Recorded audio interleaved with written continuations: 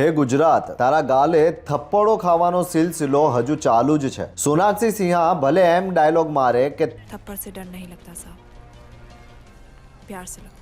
પણ ગુજરાતના ગાલે કેન્દ્ર સરકાર દ્વારા અન્યાયરૂપી થપ્પડોના એક કારમાં ઘા સમાન સિલસિલો હજુ પણ યથાવત છે। આજના પીએમ અને તે વખતના પીએમ પદના ઉમેદવાર મોદીએ જાહેર સભામાં ગાજીને મનમોહન સિંહની સરકાર સામે આરોપો મૂક્યા હતા કે ગુજરાતની સાથે અન્યાય થાય છે। ગુજરાતને તેની જરૂરિયાતો મુજબ માંગે એટલા નાણાં મળતા નથી, જે ગુજરાતના ગાલે થપ્પડ સમાન છે। કમનસીબે ગુજરાતના ગાલે અન્યાયરૂપી થપ્પડોનો એ સિલસિલો મોદીના રાજમાં પણ ચાલુ જ છે। કેટલું સરસ કહેવામાં આવતું હતું કે મોસાળમાં જમવું અને માં પીરસનાર હોય તો છોકરાને કેટલું બધું જમવાનું મળે નહીં, પણ એ જ માં રૂપી પીએમ મોદી ગુજરાતની થાળીમાં વધારે મૂકવાને બદલે ઉલટાનું માંગે તેના કરતા ઓછું આપી રહ્યા છે। જેમ કે એક અહેવાલ કહે છે તેમ પૂર વાવાઝોડા માટે ગુજરાતે માં રૂપી મોદી સમક્ષ 3,277 કરોડ માંગ્યા, મોદી સરકારે આપ્યા માત્ર 1,000। આ અન્યાયનો થપ્પડ નથી તો શું છે? 2021-22માં તોકતે વાવાઝોડા